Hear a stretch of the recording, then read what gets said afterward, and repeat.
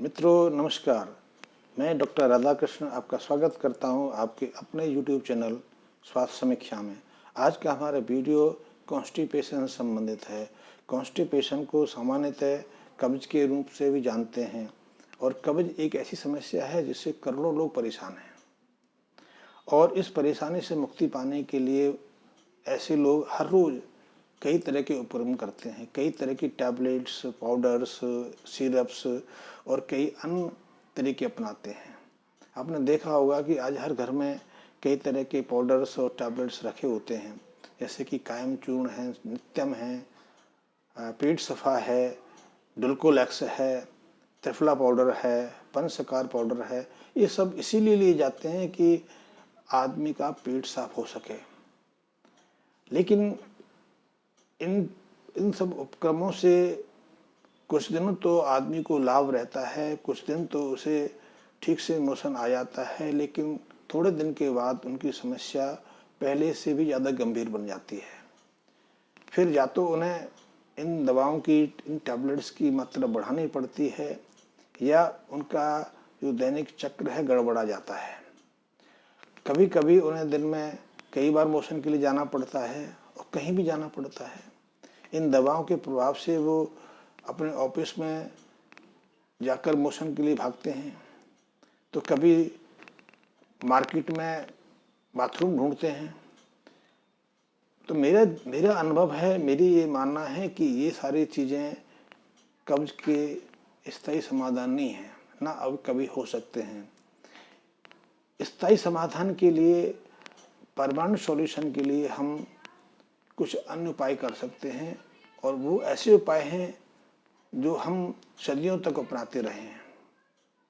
इसलिए जो लोग कॉन्स्टिपेशन से परेशान हैं, कब्ज से पीड़ित हैं, उन लोगों को सबसे पहले अपने आहार विहार में परिवर्तन कर लेना चाहिए। जैसे आहार वो अब तक ले रहे हैं, जैसी जीवन शैली वो अब तक अपना रहे हैं, उस आहार विहार को छोड़कर उन्हें अपने माता पिता, अपने दादा दादी जैसी जीवन शैली और आहार को अपना लेना चाहिए। तो मेरी दृष्टि में सबसे पहले जो कब्ज से पीड़ित हैं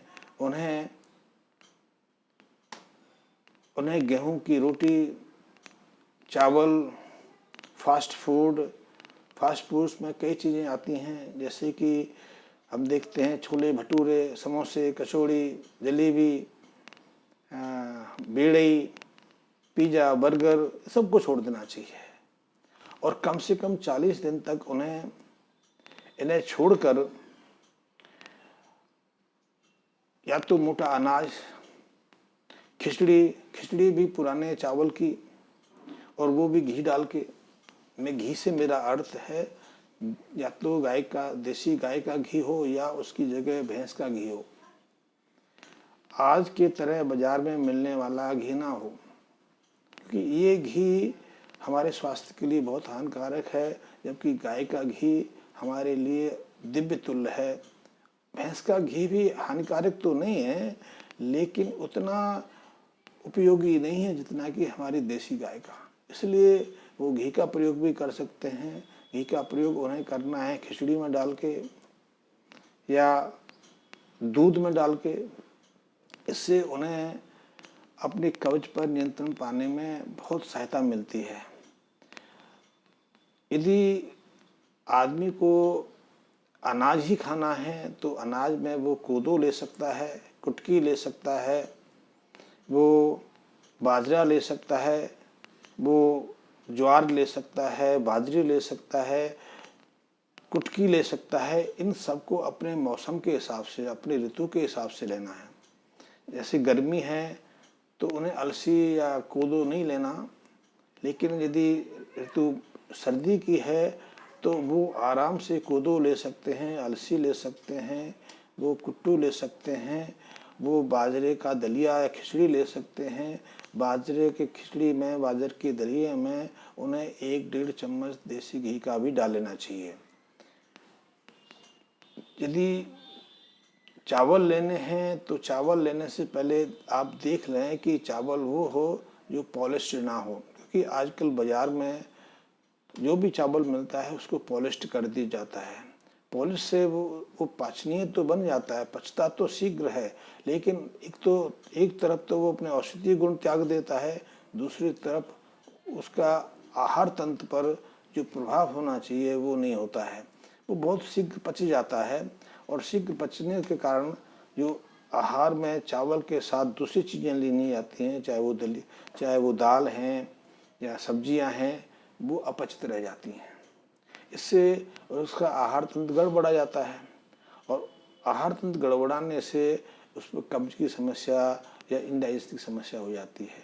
तो मेरी दृष्टि में, मेरे अनुभव में, आदमी को सबसे पहले अपने जो वर्तमान खान पीन की आदत है उसे छोड़कर अपने पूर्वजों में मेरा अर्थ कोई 100, 200, 500 साल पुराने पूर्वज नहीं, मेरे अभिप्राय है 30, 35, 40 साल पहले जो आपके घरों में आपके माँ बाप, आपके दादा दादी, आपके नाना नानी करते थे, वो अपनाना है।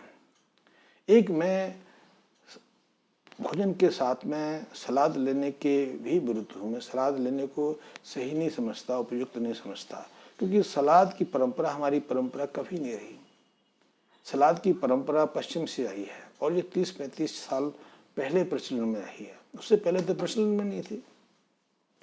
और यदि हम अपने भोजन के साथ में, अपने खाने के साथ में सलाद मिश्रित करते हैं तो ये भी इंडाइजेशन के कारण बनता है, अपच का कारण होता है और कब्ज की समस्या पैदा करता है।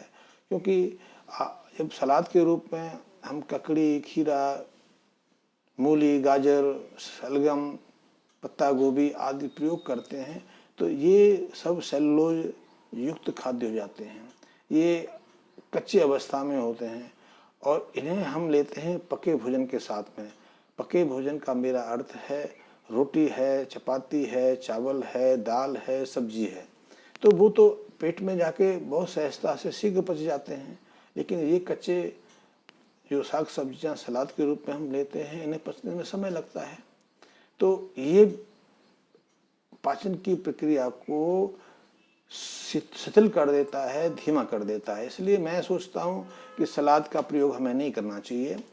सलाद की जगह हम यदि ऐसी साग सब्जियों को, फलों को भोजन से 1 घंटा पहले या 1 घंटा बाद लें तो वो ज़्यादा उपयोगी साबित होती हैं।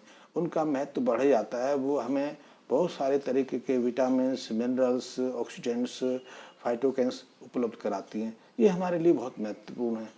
ये हमारे सिर्फ पाचन के लिए या कॉन्स्टिपेशन के लिए महत्वपूर्ण नहीं है, ये हमारे स्वास्थ्य के लिए महत्वपूर्ण है। तो मेरा कहने का है, यदि आपने कब्ज से स्थायी रूप से मुक्ति पानी है तो आप जो अभी आहार ले रहे हैं उस आहार को बदल दो। उसकी जगह आप परंपरागत अपने खान पान पर वापस लौटो। उसमें आप 40 दिन तक लगातार, मेरे हिसाब से 40 दिन तक लगातार आप खिचड़ी ले सकते हैं। खिचड़ी में 1 से 1.5 चम्मच आप देसी गाय का घी प्रयोग कर सकते हैं। बाजरे की खिचड़ी ले सकते हैं, बाजरे का दलिया ले सकते हैं। उसे भी यदि आप घी के साथ लेते हैं तो वो आपके लिए बहुत मूल्यवान बन जाता है। इसके अलावा आप कोदों की रोटी ले सकते हैं, कोदों का दलिया ले सकते हैं, आप रागी ले सकते हैं, रागी की रोटी ले सकते हैं, रागी का पुलाव बना सकते हैं, आप कुटकी ले सकते हैं, वो भी आपके लिए बहुत महत्वपूर्ण हो सकता है।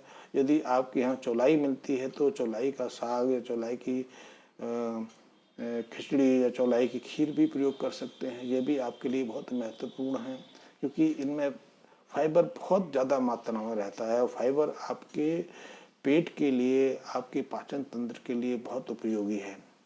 ये कॉन्स्टिपेशन की समस्या से स्थायी समाधान देने के लिए आपकी मदद करते हैं। इसके अलावा आप कॉन्स्टिपेशन के लिए कुछ दिन तक, मैं तो कहूँगा 40 दिन में इसलिए कहता हूँ कि शरीर की प्रक्रिया को बदलने में, हमें शारीरिक गतिविधियों को बदलने में 40 दिन का समय लगता है। 20 दिन हम बदलते हैं, 20 दिन उनको स्थापित और उन्हें परमानेंट होने में लगता है, इसलिए 40 दिन। इसलिए बहुत सारी चीज़ों में हम 40 दिन का प्रयोग करते हैं। तो 40 दिन आप एक काम और कर सकते हैं। यदि कब्ज से मुक्ति पाना है तो उसमें आप एक यंग हरड़ आती है, हरड़ का एक रूप है, छोटा रूप है। ये जब हरड़ पेड़ पर लगती है और अभी पूरी तरह पकती नहीं, अभी अपचित या अपक रूप में रहती है, तो वो आंधी से, हवा से झड़ जाती है, तो उसे इकट्ठा कर लेते हैं, उसे जंग हरड़ कहते हैं।